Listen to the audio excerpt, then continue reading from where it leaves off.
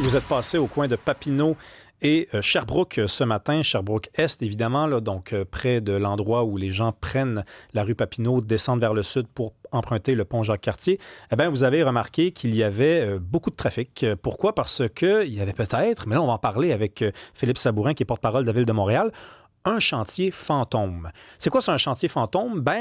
C'est un chantier où rien ne se perd, rien ne se crée et rien ne se transforme. Hein? Il n'y a pas vraiment d'activité. Ça ne veut pas dire que ça fait 24 heures, 48 heures, 72 heures qu'il ne se passe rien, mais les comptes sont censés protéger les travailleurs. Et il n'y en a pas, parfois. Donc, les automobilistes se rendent compte que on devrait enlever les comptes. Monsieur Sabourin, bonjour. Oui, bonjour. Est-ce que c'était un chantier fantôme ce matin? Là, je précise quand même que vous êtes passé à l'action puis que normalement, là, il n'y a pas de problème pour emprunter la voie. Là. Oui. Non, moi, je ne considère pas que c'est un chantier fantôme. Un chantier fantôme, pour moi, c'est qu'il n'y a pas d'action pendant 24 heures. 24 heures. Le problème, c'est que l'entrepreneur nous a demandé un permis 24 sur 24, ce qu'on a fait. Parce qu'il devait y avoir des travaux 24 sur 24. On a fini par comprendre que, il travaillait en fin de journée. Là, il travaillait le tiers du temps. Mais là, on lui a dit ce matin, écoute, d'abord, tu vas retirer les comptes, tu vas remettre la circulation. Il n'était pas prévu à ce qu'ils viennent avant 2 heures cet après-midi.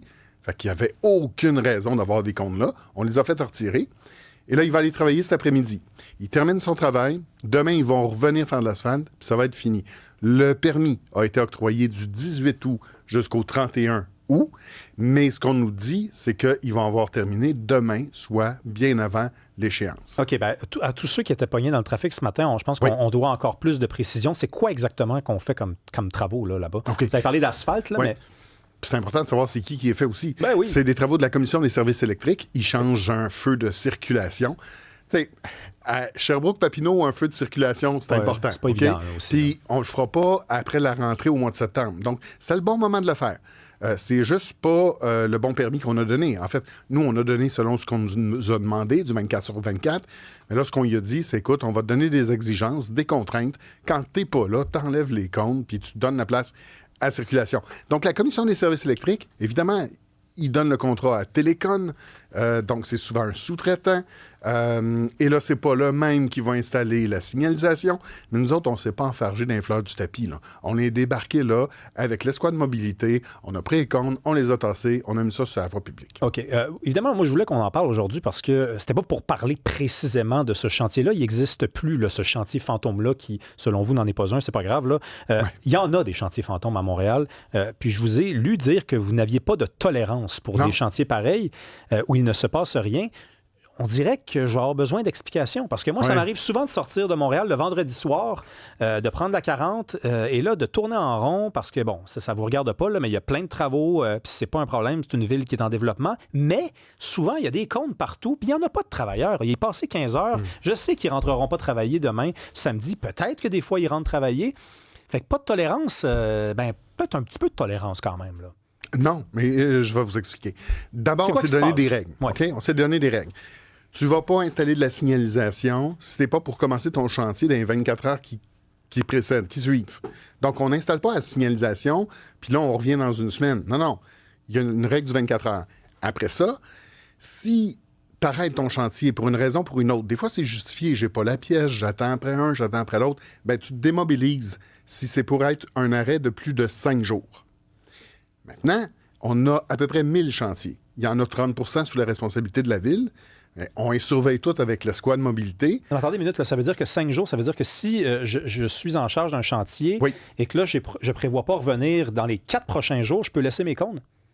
Si tu as un gros trou, tu as l'excavatrice qui a fait ton gros trou. Je parle évidemment pas du gros trou. Là. Des fois, c'est qu'on a l'impression que la route, on peut passer dessus. Là. Pourquoi il reste... Non, je parle pas des grands trous, monsieur. Je parle quand la route, elle est lisse. Là. Oui. Il y a cette règle-là. On demande aux gens d'utiliser leur gros bon sens. On a une charte des chantiers. L'ensemble des partenaires sont sensibilisés. Nous autres, on fait la police, mais c'est un peu comme le cartoon Tom and Jerry. C'est le chat qui court après la souris. Là, on passe, ils se mettent à travailler un peu, on s'en va, on retombe au point mort. Donc, c'est vraiment un travail constant de la part de nos patrouilleurs. Il y a ça qu'on fait. Autre chose, retenez que ça leur coûte des sous faire un chantier. Là. On ne donne pas des permis, on les vend. Un chantier sur Papineau, là, ça vaut pour 10 jours, c'est 15 000 $. Donc, c'est des sommes qui sont facturées à l'entrepreneur. C'est un autre incitatif qu'on a. Après ça, si on le pogne sur le fait qui a mis des comptes qui traînent pour rien, qui laisse étirer ça pendant 5 jours puis il fait rien, on va lui donner des amendes. Mais ça le fera pas tellement bouger. Ils ont plein d'argent, l'amende, ils vont en payer. C'est pas ça qui va les faire bouger. Ce qui les fait bouger, là, c'est quand on démobilise le chantier. On arrive, on lui dit, tu prends tes clics, tes claques, tu t'en vas. Et là, ça coûte cher. Parce que lui, il a loué de l'équipement, il y a des travailleurs sur place. Donc ça, c'est un incitatif. Puis on le fait. Ça devrait pas être permis, M. Sabourin, qu'on laisse des cônes toute une fin de semaine. Je veux bien croire que c'est en bas de 5 jours, que c'est 2 ou 3 jours. Mais ça n'a pas d'allure. Je veux dire, les gens, ils ont de la misère à circuler en ville pendant la semaine. La fin de semaine, ils respirent ou enfin, ils essayent de respirer. Et là, c'est sortir de la ville pour enfin réussir à se détendre, rentrer chez soi sur la rive sud ou sur la rive nord, ça devient une épreuve. Une épreuve parce que des fois, 5 cônes, là, ça fait en sorte que ça dure 1 heure de plus. On le comprend, mais c'est un équilibre aussi qu'il faut qu'on trouve parce que il y a la mobilité, c'est une chose, là, puis on en est là. Puis ces chantiers-là où il n'y a pas de travail, on ne tolère pas. Ça, c'est une chose. Par ailleurs, il faut comprendre que des fois, quand tu attends ta pièce, ton tuyau que tu vas aller déplacer, tu as déjà ouvert la chaussée, tu as de l'équipement loué sur place. Pour eux, c'est des frais. Si à chaque fois qu'on arrête un chantier une demi-heure, on demande au propriétaire de se démobiliser puis de revenir après, ça va coûter plus cher. Puis ces sous-là, c'est qui va y sortir? Bien, c'est toutes nous autres. Parce qu'on paye pour ces travaux-là, quand c'est ceux de la ville. Donc, ça a une incidence aussi sur le coût. Donc, c'est un équilibre à trouver. On comprend qu'il est fragile, mais ce qu'il faut retenir, c'est que nous, on est sur le terrain avec nos enquêteurs, nos inspecteurs, d'abord d'arrondissement. Il y en a à peu près plus d'une douzaine à Ville-Marie qui font ce travail-là. C'est quoi que vous faites quand vous pognez un entrepreneur qui agit complètement n'importe comment? Là? Première affaire, nous autres, notre volonté, là, c'est d'agir immédiatement. Comme c'est quoi que vous faites? Vous l'avertissez, vous lui donnez une amende? Non, on lui dit de s'en aller. On tasse, si on tasse les cônes, on les enlève, ou encore on lui dit, c'est bien plate, là, mais tu rencontres pas nos normes, tu t'en retournes chez vous, et ça les énerve pas à peu près. On peut aussi donner des amendes, puis on en donne des amendes. Donc, c'est le genre d'intervention qu'on fait. Mais notre optique, c'est pas tant de faire de l'argent avec ça, puis de donner des amendes. Non, on veut régler le problème, puis on l'a vu ce matin, en dedans d'une demi-heure, ça a été saisi, on a mis les comptes, puis on a redonné le trafic. Et au passage, moi, je vous invite à dénoncer ce genre de situation-là. Vous appelez le 311, OK? Puis on va faire un suivi. Vous êtes nos yeux, nos oreilles sur le terrain. C'est important qu'on ait ce feedback-là. Nous autres, on sillonne le territoire, mais comprenez qu'ils sont 1000 chantiers. On ne peut pas être partout en même temps. Mais quand on a des gens qui nous le signalent, ça fait plaisir d'agir. Il y a une chose que je voudrais dire, par contre. Allez-y. Attention. C'est pas parce qu'on voit personne qu'il se passe rien. Souvent, on va travailler en souterrain. La Commission des services électriques, les fils, là, sont en dessous du trottoir. Fait que des fois, ils travaillent en souterrain. Les ponts, des fois, on ne les voit pas en haut sur le tablier, puis ils sont en dessous. Donc, il y a ça aussi. Puis de plus en plus, on utilise des techniques novatrices qui permettent de remplacer des conduites d'eau, puis au lieu d'éventrer toute la rue, puis faire de la poussière, puis de déranger tout le quartier, on va simplement faire 2 trous, on va aller travailler dans le sol, puis on va changer ça. On a une réaction, monsieur, juste un instant, parce que les gens nous écrivent, ça, c'est sûrement du monde qui ont été pognés dans le trafic. Là. La rue Sherbrooke est toujours bloquée en permanence à cause des 2 voies réservées pour un autobus aux 10 minutes. Pourquoi ne pas enlever ces 2 voies réservées à partir de Frontenac jusqu'à Papineau afin d'améliorer la fluidité? Bon, c'est une question très technique. Là. Non, mais justifier la question, je la comprends absolument. On a pris une voie pour faire de la place au transport en commun. L'autobus remplace à peu près 50 voitures. Plus qu'il y a de monde qui vont prendre l'autobus, plus qu'ils vont prendre le métro, moins on va avoir de monde sur la route, plus ça va être fluide. Fait que oui, c'est important de faire de la place au transport collectif et actif. OK, là, moi, j'ai des idées pour vous. Là. Les amendes, là, ça devrait pas être après un avertissement, ça devrait être la première fois que vous pognez quelqu'un à faire ça. Je l'ai pas dit ça. Il n'y a pas d'avertissement. On donne l'amende sur le champ. Tu ne respectes pas. OK, parce que vous aviez dit, on avertit, on demande aux gens de partir, puis des fois, il y a des amendes. Mais l'amende, c'est donc la première fois que vous agissez. OK, ben, c'est une très bonne nouvelle.